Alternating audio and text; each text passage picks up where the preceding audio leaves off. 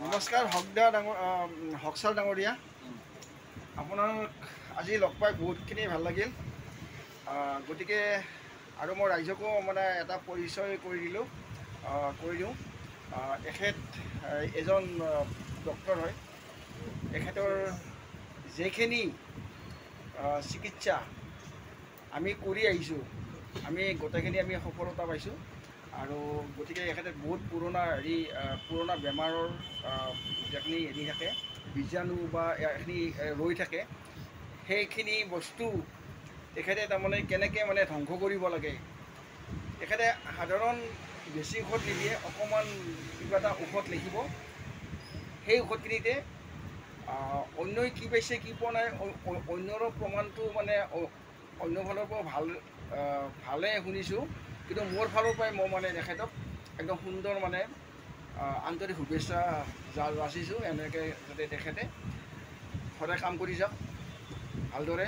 আৰু ডক্টৰ হিচাপত তেখেতে কোনো গৌৰৱ নাই, খুব সুন্দৰকৈ থাকে। চবৰে লগতে ধনী দুখীয়া বুলি কোনো হেৰি নাই, চিন্তাভাৱ নাই।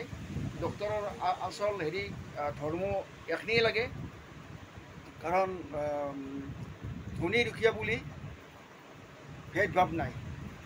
সেইখিনি সদায় থাকিব আৰু সদায় সেইখিনি আমি ছাপোৰ্ট কৰি গৈছোঁ তেখেতক। সেইকাৰণে বহুত ৰোগীয়ে ভাল পায় তেখেতক আৰু তেখেতৰ ওচৰত আহে।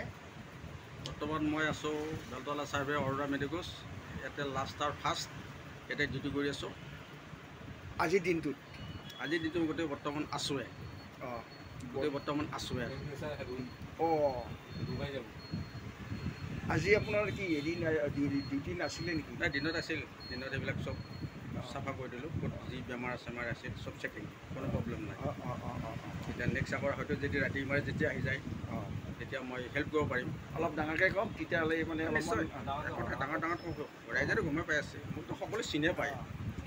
এইটো চাওক, এখেতে আপুনিতো ঘৰত মাতিলে ঘৰতো যায়। নিশ্চয়।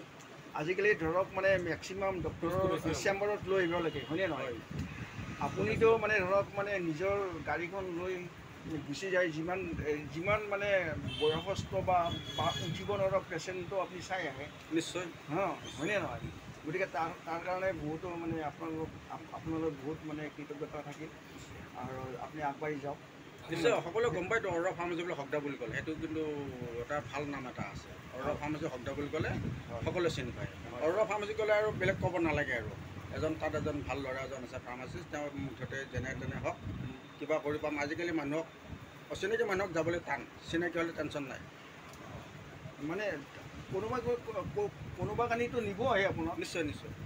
ফাৰ্মাচীলৈ নিব আহে? নিশ্চয় যায় আপুনি? নিশ্চয়। কিন্তু আপোনাৰ ধৰক মানে চেলাইন কাৰোবাক দিবলগীয়া হ'লেও অকণমান চেলাইনটো প্ৰব্লেম হয়, অকণমান ৰখি থাকিব লাগে। কিছুমানে চেলাইনটো লগাই দিলে, কিছুমানে বঢ়াই পেলাই মোৰ গাত আহি প্ৰেছাৰটো পৰিব। সেইকাৰণে চেলাইনটোৰ কাৰণে অকণমান দায়িত্ব থাকে। আজিকালি মানুহবিলাক চব মানে ৰবাৰ কাৰো সময় নাই, চবে চেলাইন পাছ কৰি বোলে ৰাইগৰ হয়, তাৰপিছত আহি পৰিব মোৰ তাত প্ৰব্লেমটো। সেইকাৰণে চেলাইনত অকণমান মানে মই ইমানটাই একচেপ্ট নকৰোঁ। গতিকে হকছাৰৰ কথাটো আপোনালোকে শুনা পালে। মই বিশেষকৈ তেনেকৈ মোৰ ভাষা নাই। গতিকে মই তেনেকৈ মোৰ ওলাই নাহে। মোৰ নিজৰ ভাষাৰে মই আপোনালোকক যিখিনি পাৰিলোঁ সেইখিনি ক'লোঁ মই আপোনালোকক। গতিকে বাকীখিনি মোৰ মানে একদম বন্ধু ভাই ককাইৰ দৰে আমি থাকোঁ, কিন্তু সেইটো চিন-চাপ নহওকে। সেইকাৰণে এইখিনি ভিডিঅ' কৰিলোঁ আৰু আপোনালোকৰ বাকীখিনি মন্তব্য আপোনালোকৰ ধন্যবাদ। জয় হিন্দ, জয় আই অসম। আপুনি কিবা এটা ক'ব? জয় আই অসম।